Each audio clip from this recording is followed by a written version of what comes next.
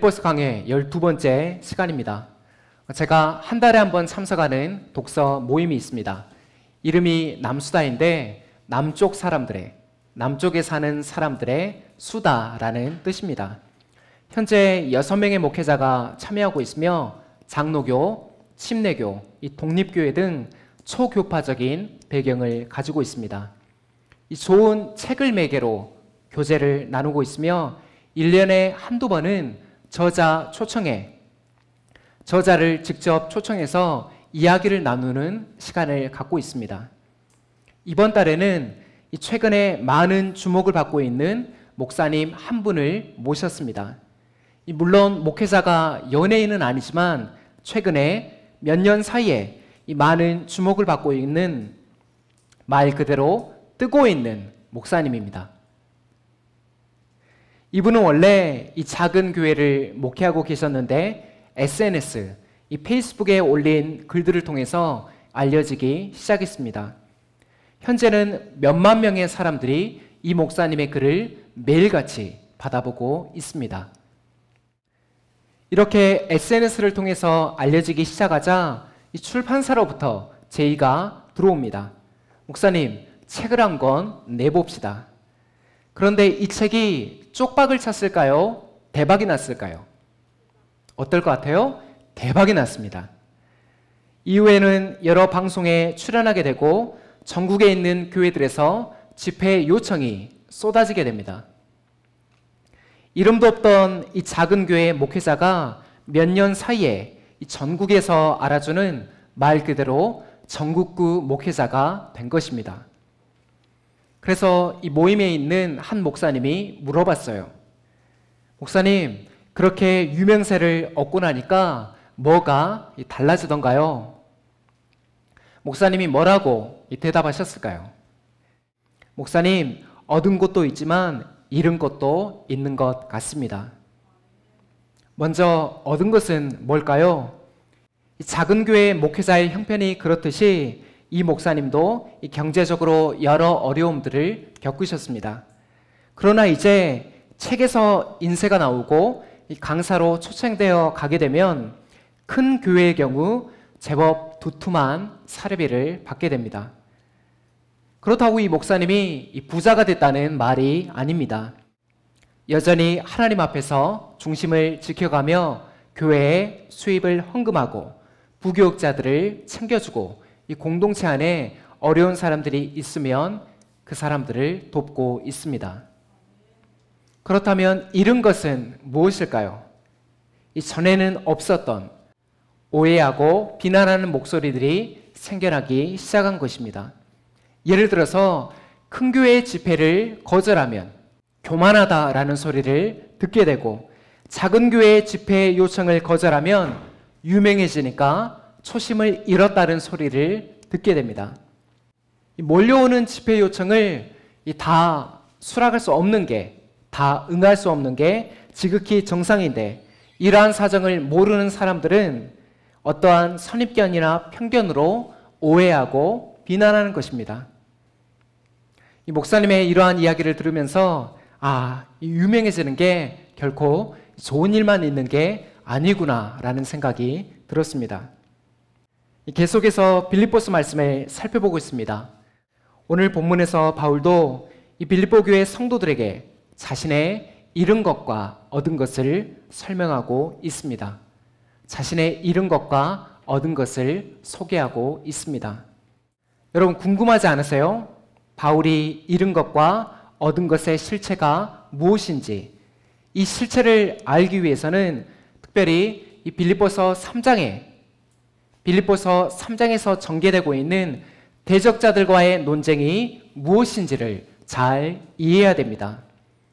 오늘 말씀을 통해 그렇다면 우리 공동체는 무엇을 잃고 무엇을 얻어야 하는지를 분명하게 교훈받는 시간이 되시기를 축복합니다. 잃은 것과 얻은 것, 첫 번째는 바울의 잃은 것입니다.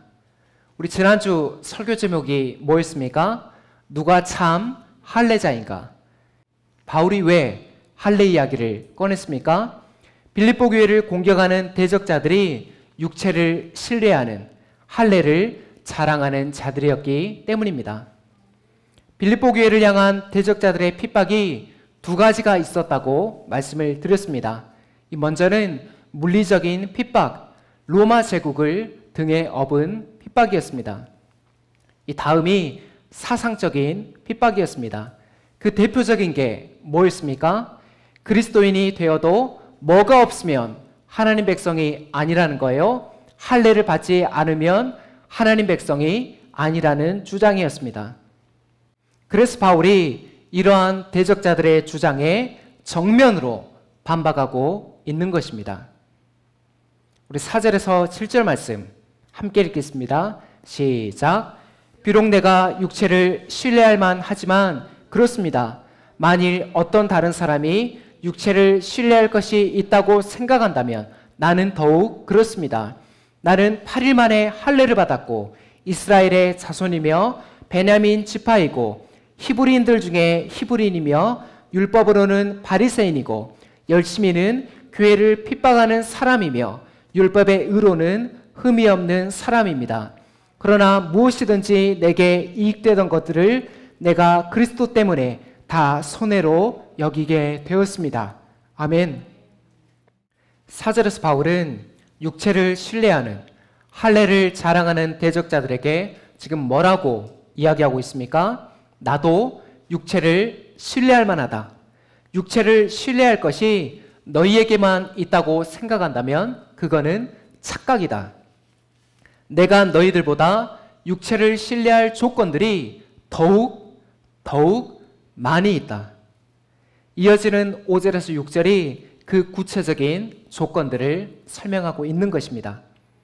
이 바울은 과거에 자신이 신뢰했던 육체의 자랑들을 무려 7가지로 설명하고 있습니다. 가장 먼저 나오는 게 뭡니까? 나는 태어난 지 8일 만에 할례를 받았고 하나님께서 아브라함에게 명령하신 그대로입니다. 이 다음은 뭐죠? 이스라엘의 자손이며 이방인으로서 나중에 할례를 받은 것이 아니라 원래부터 이스라엘 언약 백성이었다는 뜻입니다. 다음은요, 베냐민 지파이고 이스라엘의 12지파 가운데 베냐민 지파가 가지는 자부심이 있습니다. 그 자부심이 뭐였습니까? 이스라엘의 초대 왕인 사울을 배출한 자부심입니다. 그래서 바울의 히브리식 이름이 뭡니까? 바로 사울입니다. 그 다음은 히브리인들 중에 히브리인이며 자신의 부모와 조상의 혈통이 이방인의 피가 섞이지 않은 완벽한 히브리 혈통이라는 뜻입니다. 다음은 뭡니까? 율법으로는 바리새인이고 이 바울은 당시 최고의 율법 선생이라고 불리는 가말리엘 밑에서 율법 교육을 받았습니다. 6절에 보면 두 가지가 더 남아 있습니다. 열심히는 교회를 핍박하는 사람이며 사도행전 7장에서 이 9장에 보면 청년 사울이 이 얼마만큼 교회를 핍박했는지가 기록되어 있습니다. 이 마지막으로 율법의 의로는 흠이 없는 사람입니다. 이 교회를 핍박했던 바울의 열심은 어떠한 기득권이나 이익을 추구한 열심이 아니었습니다. 이 부분을 잘 기억하셔야 됩니다. 당시에 이 기득권을 잡고 있는 종교 지도자들과의 열심과 달랐습니다. 오히려 율법에 대한 열심 때문이었습니다. 율법에 대한 열심이 이 바울로 하여금 교회를 핍박하게 만든 것입니다. 왜 그렇습니까? 유대교의 입장에서 봤을 때 나사렛 예수가 가르치는 가르침은 철저하게 이단적인 가르침이었기 때문이었습니다.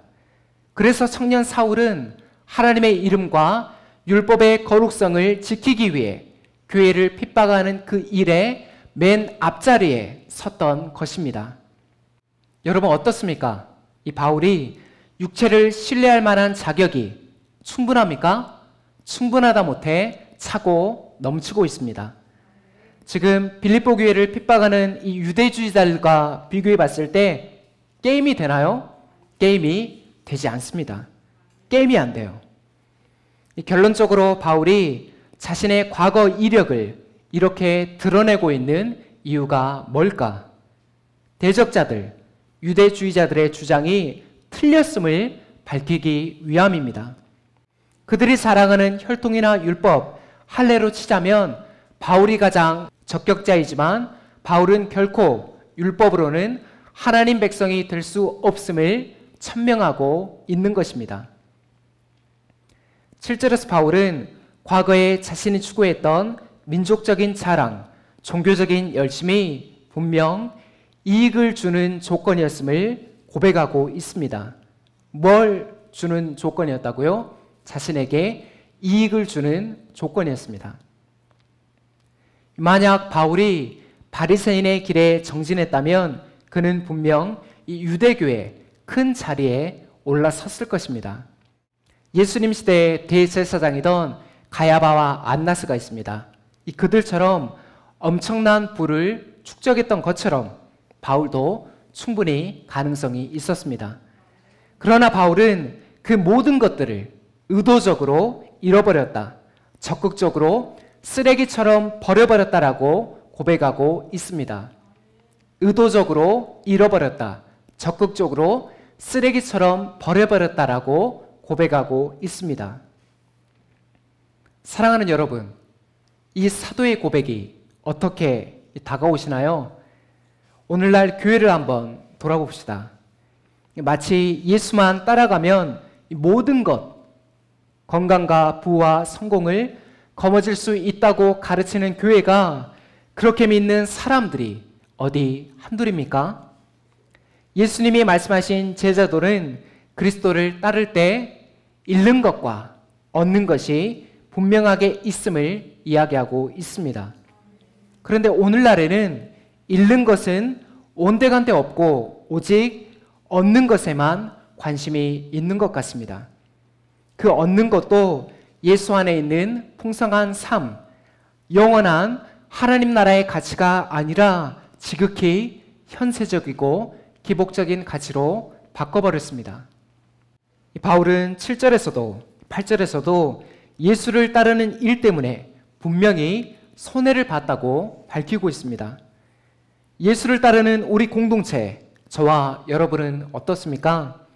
손해보고 계시나요? 아니면 10원짜리 하나도 손해보지 않으려는 세상의 가치관을 따르고 있지는 않습니까? 여러분, 이 동네에 교회가 들어오면 왜 지역 사람들이 이 반대부터 하고 일어서는지 아세요? 교회가 지역사회를 위해 손해보고 양보하기는커녕 도리어 민폐가 되기 때문입니다. 동네에 대형교회가 들어서면 그 주위는 주차난으로 몸살을 앓습니다.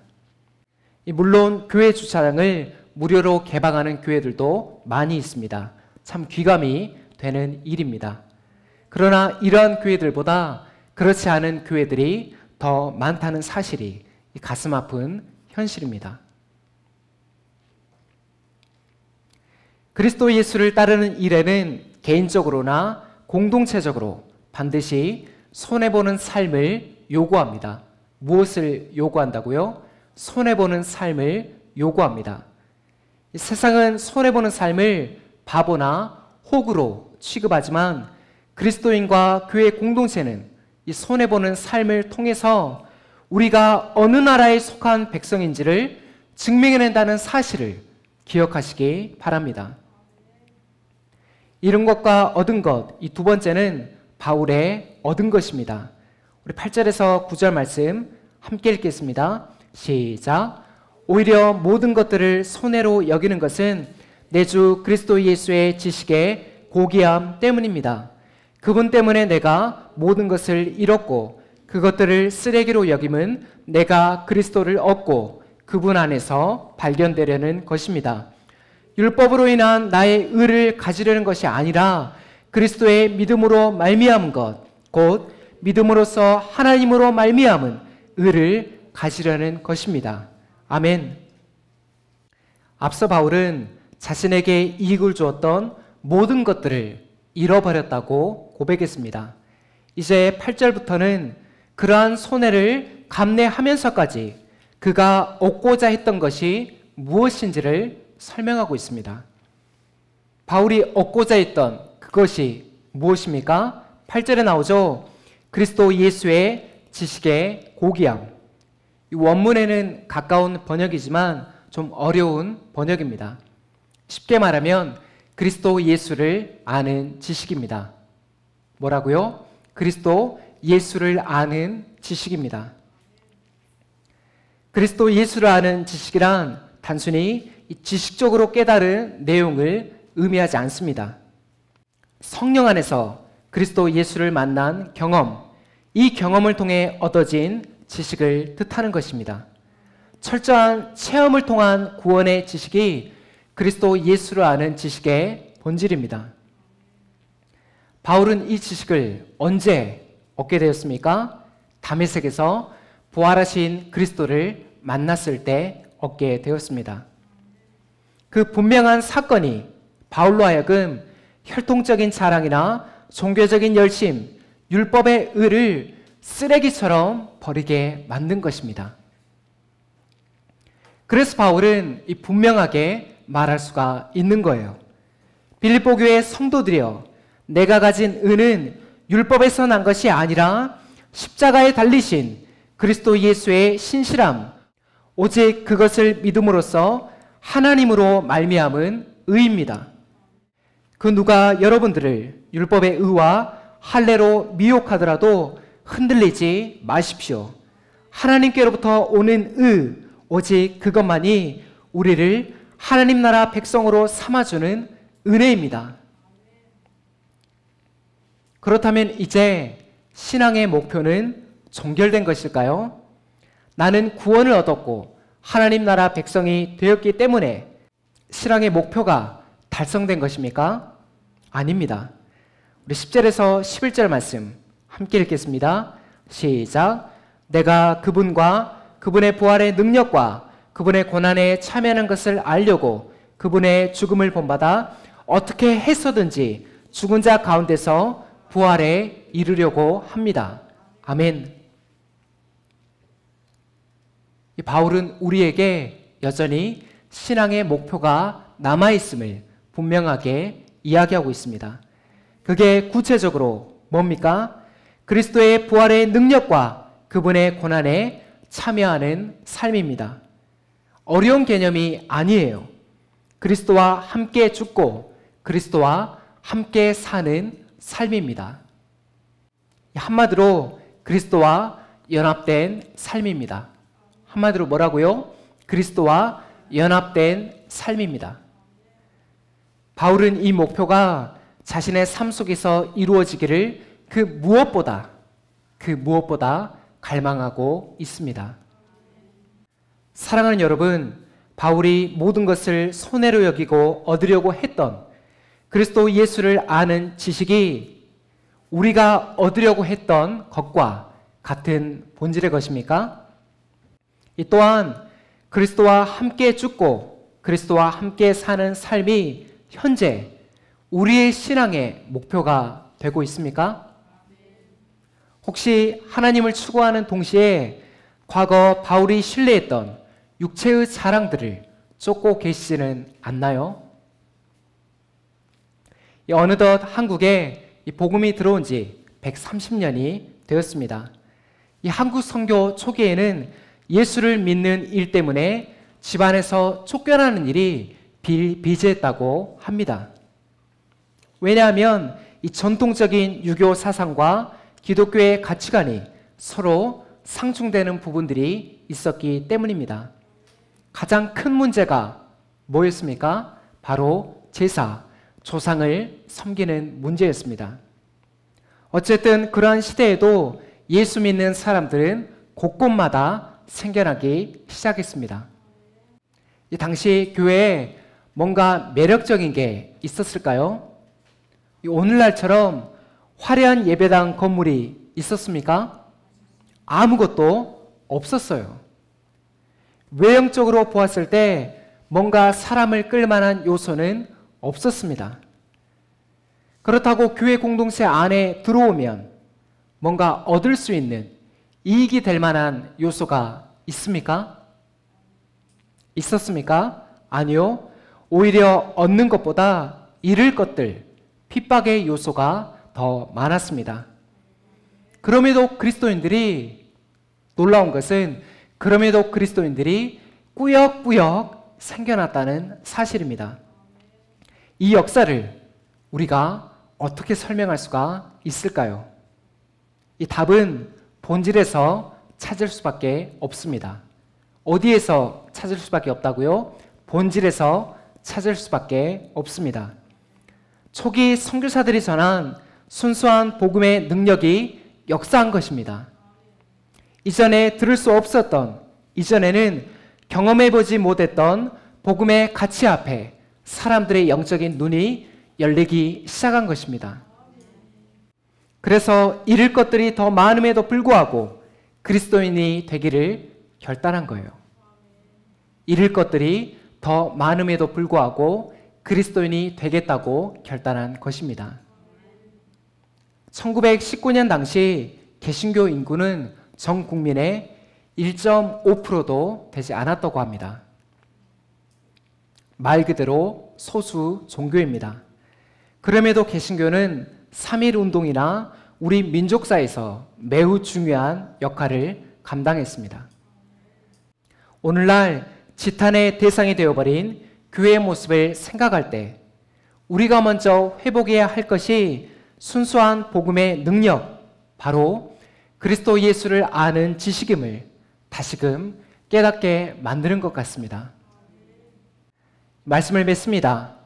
빌립보스 강의 오늘은 12번째 시간으로 잃은 것과 얻은 것이라는 제목으로 말씀의 교훈을 받았습니다. 바울은 자신에게 이익을 주었던 것들, 곧 혈통적인 자랑과 율법의 열심을 잃었습니다. 정확히는 그리스도 예수를 아는 지식을 발견했기에 미련 없이 쓰레기처럼 버릴 수가 있었습니다. 그리스도인이 되어도 여전히 손해보는 삶은 우리에게 익숙하지가 않습니다. 솔직하게 말해 매번 어렵습니다. 그러나 그럴 때마다 기억하십시오. 우리가 예수 따라가며 받는 손해가 아무리 크더라도 우리가 이미 얻은, 그리고 장차 완성될 하나님의 나라의 가치에 비교하면 그 손해는 아무것도 아님을 말입니다.